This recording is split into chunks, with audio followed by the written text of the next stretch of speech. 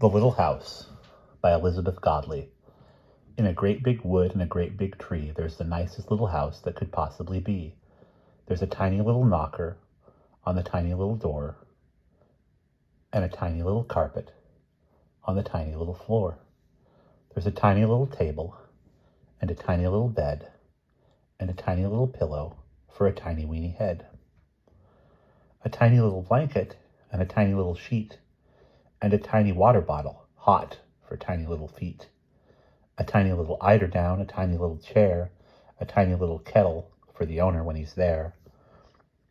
In a tiny little larder, there's a tiny thermos bottle for a tiny little greedy man who knows the woods of pottle. There's a tiny little peg for a tiny little hat, and a tiny little dog, and a tiny, tiny cat. If you've got a little house, and you keep it spick and span, perhaps there'll come to live in it a tiny little man. You may not ever see him, he is extremely shy.